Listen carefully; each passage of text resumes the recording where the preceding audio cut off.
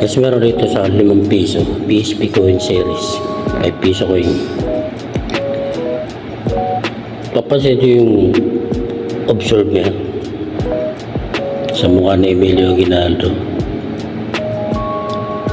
Ano nangyari dito?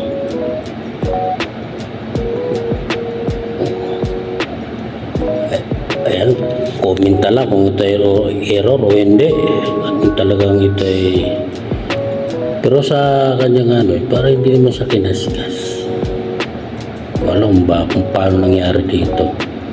Kasi kung kinaskas to, dapat wala to. Makapal siya makapal. Yan.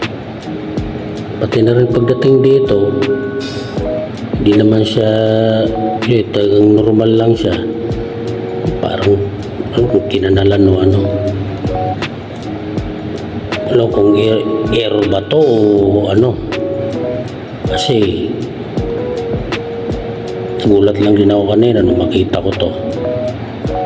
Ayun lang guys, pa-comment na lang kung ito ba legit error or ano lang. Kasi alam nyo mga kabarya, ang error coins, papaalala ko lang sa inyo, ay may kataasan na halaga. Kung meron kayong mga ganon, ay alam nyo na. Gawin nyo ng pera, huwag gagawin bato. Maging mapag-budget at maging mapag-observe.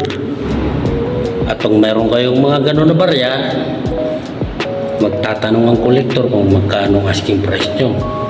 Papaalala ko na, depende sa pagka-error ng coins nyo, kung gaano pagkaka-observe nyo sa pagiging error.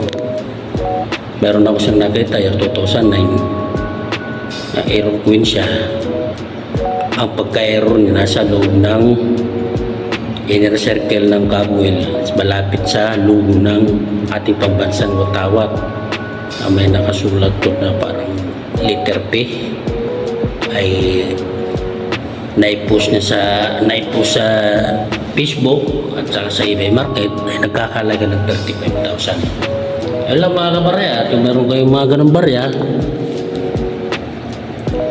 at kung wala kayong alam na pagbibintahan sa mga error coins nyo, at lalong-lalo na rin yung ganito rin ako year 2006, at para sa kalaman nyo, may totoong bumibili. May totoo pong bumibili sa barya na yun. Hindi ako nagkakamali bahal sa mga post ng mga legit collector na po sa Facebook na binibili nila ng 1,000 to 1,500. Depende na po yun sa kondisyon ng coins nyo. At lang mga kabarya, tawagin mapagmadyag tayo at maiwas tayo sa mga scammer na collector. Paalam.